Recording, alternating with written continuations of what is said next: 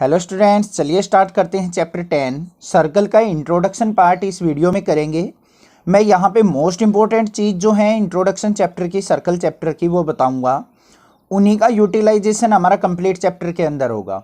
तो आपको ये प्रॉपर्टीज जो यहाँ पे सर्कल की बताई जाएँ, सेगमेंट क्या होता है, सेक्टर क्या होता है, आर्क क्या होती है, कोड क्या होती है, रेडियस, डायमीटर वगैरह जो भी चीज़ें होती हैं रिलेटेड टू सर्कल, वो सारी की सारी हम यहाँ पे डिस्कस करने वाले हैं। तो इस वीडियो को स्किप ना करके बिल्कुल अच्छे से ध्यान से देखिए, हर एक पॉइंट को नोट डाउन कीजिए अपनी कॉपी में, और इस चैप्टर को जब भी करो तो इन प्रॉपर्टीज़ को ज़रूर ध्यान से पढ़ो। सबसे पहले हम देखेंगे सर्कल की डेफिनेशन, क्या बनती है सर्कल की डेफिनेशन। तो यहाँ पे डेफिनेशन क्या है, all points which are at a fix distance from a fix point. उसने क्या कहा है कि सारे के सारे पॉइंट्स जो किसी एक पर्टिकुलर पॉइंट से फिक्स डिस्टेंस पे हों तो एक सर्कल फॉर्म करते हैं। जैसे हमारा फिक्स पॉइंट होता है हमारा सेंटर ऑफ द सर्कल, और जो हम सारे के सारे पॉइंट्स लेते हैं उनको अगर आपस में ज्वाइन करते हैं तो वो क्या फॉर्म कर देते हैं, एक सर्कल फॉर्म कर देते हैं। और जो ये सारे के सारे पॉइंट्स होते हैं ऑन द सर्कल वो इक्वी डिस्टेंस होते हैं। इक्वी डिस्टेंस मतलब सेंटर से इक्वल दूरी पे, तभी क्या होती है हमारी एक सर्कल की फॉर्मेशन होती है। और जो वो इक्वल डिस्टेंस होता है उसको क्या बोलते हैं हम, रेडियस ऑफ द सर्कल।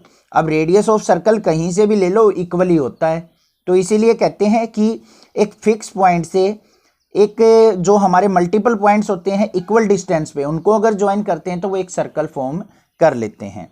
उसके बाद बात करते हैं, दो तरीके के पॉइंट्स होते हैं हमारे सर्कल के ऊपर। मैं तीन तरीके के बोल सकते हैं वैसे, अगर जनरली बात करें तो दो होते हैं। एक एक्सटीरियर पॉइंट होता है हमारा, मतलब सर्कल से बाहर। एक इंटीरियर पॉइंट होता है इनसाइड द सर्कल।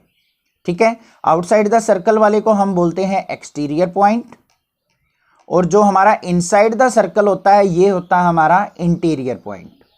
और एक पॉइंट और ले सकते हैं हम, ऑन द सर्कल, ये बोला जाता है हमारा ऑन द सर्कल।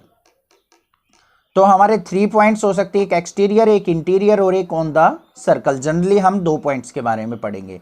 उसके बाद बात करेंगे हम कोड क्या होती है।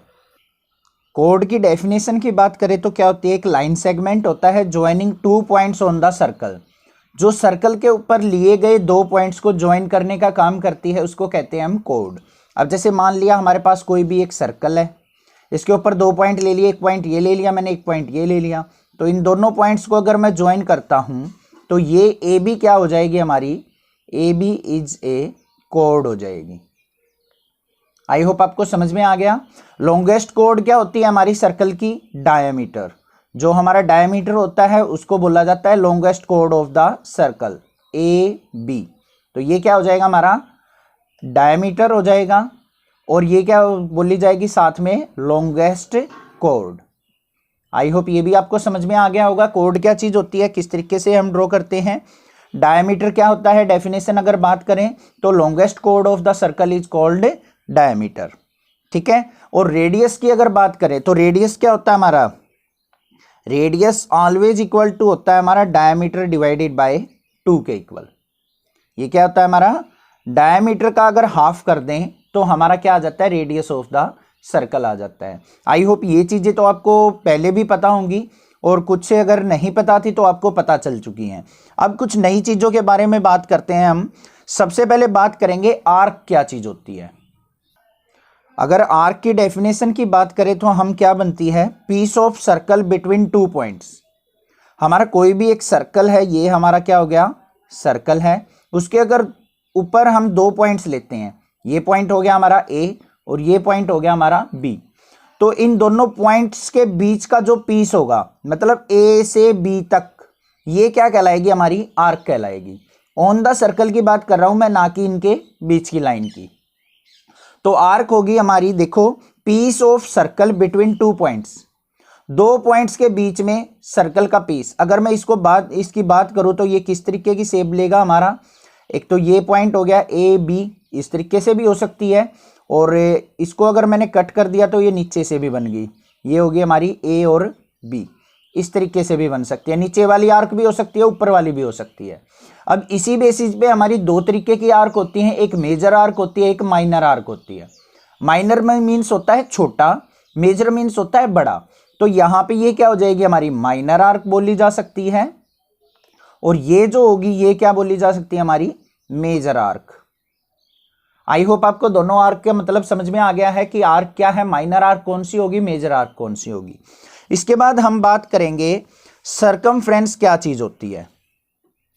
उससे पहले एक बात और देख लेते हैं, अगर मान लिया माइनर आर्क और मेजर आर्क इक्वल हो जाए, minor equal to major arc हो, मींस दोनों आर्क हमारी क्या हो, इक्वल हो, तो वो क्या फॉर्म करती हैं, एक सेमी सर्कल फॉर्म करती हैं। तो आपसे कोई पूछ ले कि सेमी सर्कल कब फॉर्म होगा, तो आप कह सकते हैं कि minor arc equal to major arc होगी, तब हमारा क्या होगा, एक सेमी सर्कल फॉर्म होगा। आई होप ये भी आपको पता चल गया है। नेक्स्ट बात करते हैं सरकमफ्रेंस क्या चीज होती है। Length of the complete circle, यहां पे बात करूं मैं सरकमफ्रेंस की, सरकमफ्रेंस, तो यहां पे लिखेंगे length of complete circle. Complete circle क्या कहलाएगी हमारी, सरकमफ्रेंस। जैसे ये सर्कल है तो यहां से स्टार्ट किया मैंने घूमना और यहां पे ही आ गया, मैं सर्कल के ऊपर घूम के यहीं पे आ गया, तो ये क्या कहलाएगी हमारी length of the complete circle. और किसके इक्वल होती है वो, 2 पाई आर। आर क्या होता है, रेडियस ऑफ दैट सर्कल, और 2 पाई क्या होता है, डिस्टेंस। यहां से लेके यहां तक घूमेंगे तो कितने डिग्री घूम गए हम, 360 डिग्री। कंप्लीट सर्कल में 360 डिग्री घूमते हैं, और 360 इज इक्वल टू किसके होता है हमारा, 2 पाई के इक्वल। ठीक है, और 360 का हाफ क्या होता है, 180 डिग्री, वो किसके इक्वल होता है, पाई के इक्वल। ये इस तरीके की बेसिक नॉलेज है, कहीं पे भी आपको नहीं मिलेंगी, बहुत कम कोई टीचर बताता है इन सबको, और आगे तक जो फर्दर क्लासेस में आप पढ़ोगे वहां तक आपकी यूटिलाइज होने वाली हैं, तो इनको आप अच्छे से सीखिए। उसके बाद बात करते हैं हम सेगमेंट और सेक्टर में। बच्चे कंफ्यूज रहते हैं कि सेगमेंट क्या होता है, सेक्टर क्या होता है, यहां पे हम डीपली स्टडी करेंगे उसके बारे में। डेफिनेशन की अगर मैं बात करूं सेगमेंट की, तो क्या डेफिनेशन बनती है, region between chord and either of its arc is called segment. उसने क्या कहा है कि एक रीजन होता है हमारा सेगमेंट, किसके बीच में, chord and either of its arc.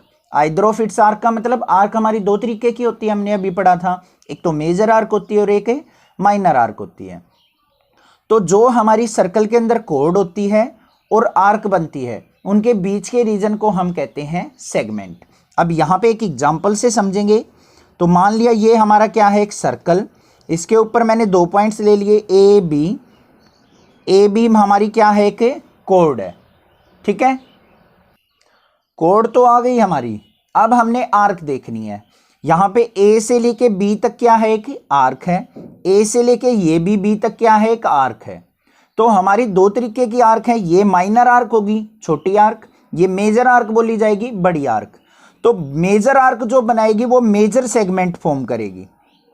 कौन सा सेगमेंट बनाएगी, मेजर सेगमेंट, मतलब बड़ा एरिया, बड़ा रीजन। तो इसको हम क्या बोल सकते हैं, मेजर आर्क फॉर्म करेगी तो मेजर सेगमेंट बोल देंगे इसको। और अगर मान लो माइनर आर्क की बात करेंगे तो ये क्या बोला जाएगा हमारा, माइनर सेगमेंट बोला जाएगा। मीन्स स्मॉल रीजन भी कह सकते हैं माइनर सेगमेंट को हम। आई होप आपको समझ में आ गया होगा। बड़ी आर्क अगर एरिया फॉर्म करेगी तो मेजर सेगमेंट, स्मॉल आर्क अगर एरिया फॉर्म करेगी तो माइनर सेगमेंट। कोई डाउट नहीं होगा मेजर सेगमेंट और माइनर सेगमेंट में आपको। नेक्स्ट बात करेंगे हम, सेक्टर क्या चीज होती है।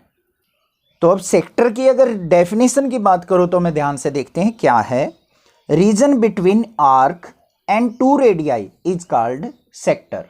अब हमारा एक सर्कल ड्रॉ कर लेते हैं, एग्जांपल से अच्छे से समझ में आएगा। इसका सेंटर पॉइंट मान लिया ये क्या है, ओ। यहां पे मुझे क्या करना है कि 2 रेडियाई की रिक्वायरमेंट है। मान लिया मैंने एक रेडियस ये बना लिया, एक रेडियस ये बना लिया, ये ए पॉइंट, ये बी पॉइंट। 2 रेडियस हो गए हमारे ओ ए और ओ बी, और साथ में मुझे चाहिए आर्क। तो आर्क क्या है मेरे पास, ए बी आर्क है। तो यहां पे भी मेरे 2 तरीके के सेक्टर निकल के आते हैं, मेजर सेक्टर और माइनर सेक्टर।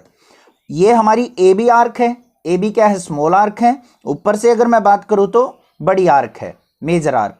तो माइनर आर्क क्या बनाएगी, माइनर सेक्टर। मेजर आर्क बनाएगी मेजर सेक्टर।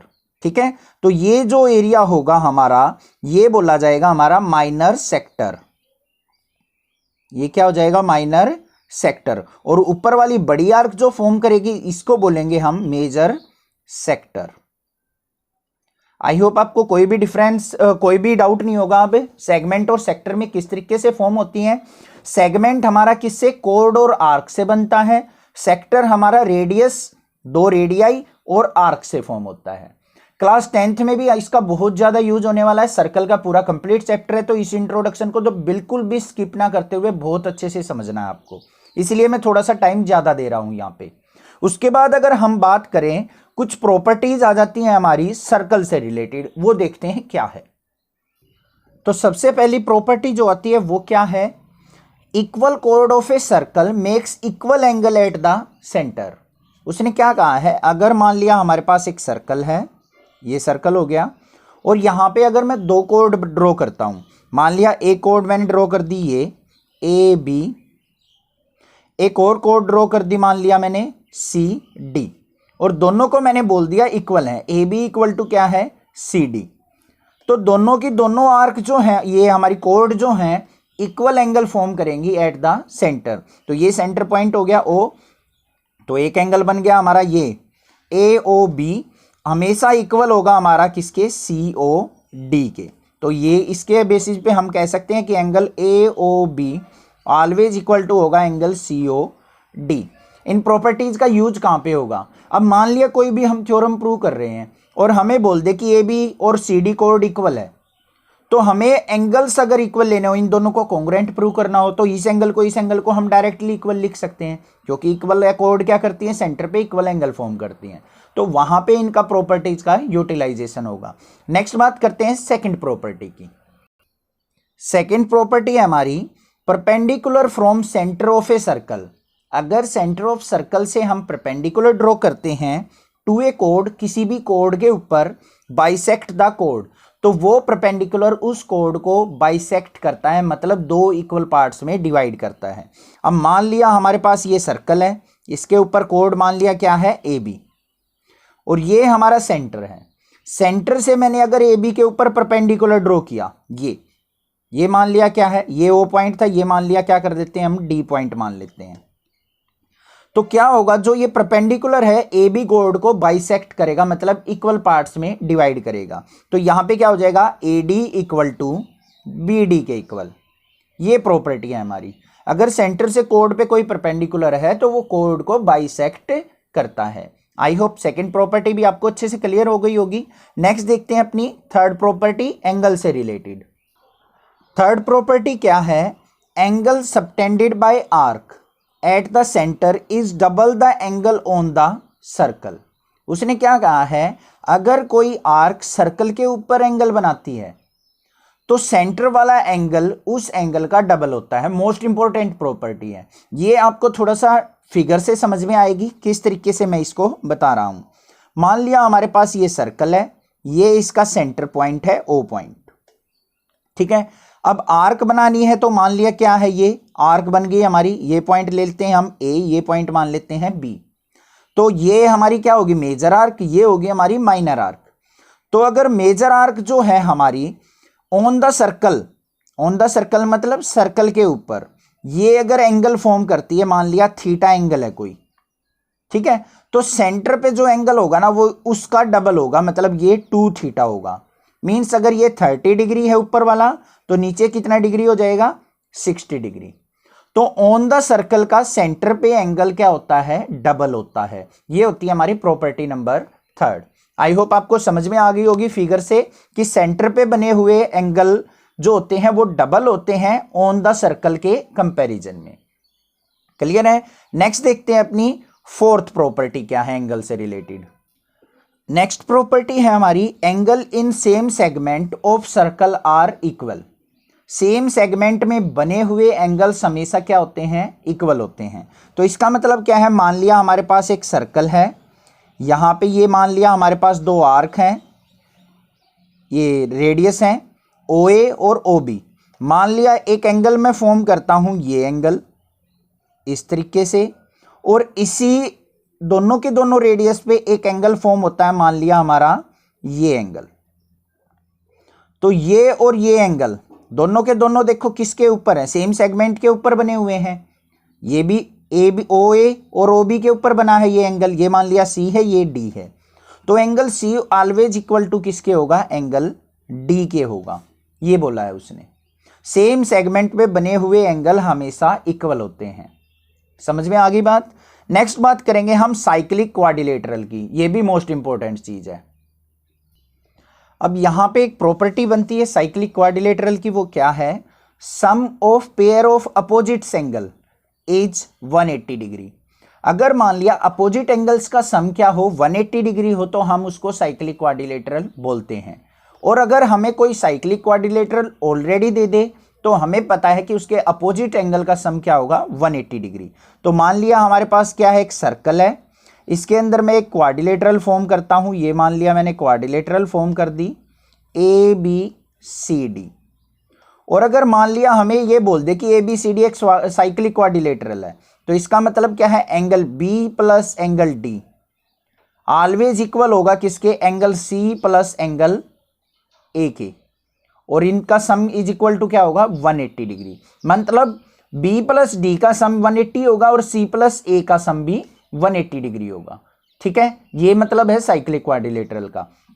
अगर आपको बोल दे कि एक क्वाड्रिलेटरल साइज के सर्कल के अंदर एक क्वाड्रिलेटरल है और अपोजिट एंगल का सम 180 डिग्री है, तो ये क्वाड्रिलेटरल कैसी हुई हमारी, तो कैसी बोली जाएगी, वो एक साइक्लिक क्वाड्रिलेटरल बोली जाएगी। साइक्लिक मतलब एक कंप्लीट साइकिल के अंदर बनी हुई, मतलब एक पूरे सर्कल के अंदर बनी हुई। आई होप आपको समझ में आ गया है किस तरीके से हम यहाँ पे इन प्रॉपर्टीज को समझेंगे। अच्छे से आपको लर्न करनी है, अच्छे से समझनी है विद प्रैक्टिस, देन आप क्वेश्चंस करेंगे तो आपको किसी भी प्रकार के डाउट नहीं आएंगे क्लास 9th और क्लास 10th के अंदर। आपको अगर वीडियो अच्छी लगी हो तो इस चैनल को सब्सक्राइब कीजिए, लाइक कीजिए और कमेंट करके बताइए आपको चैनल कैसा लगता है, और क्लास 6 से लेकर 12 तक के बच्चों में इस चैनल को जरूर शेयर कीजिए। Thank you students for watching this video. Thanks.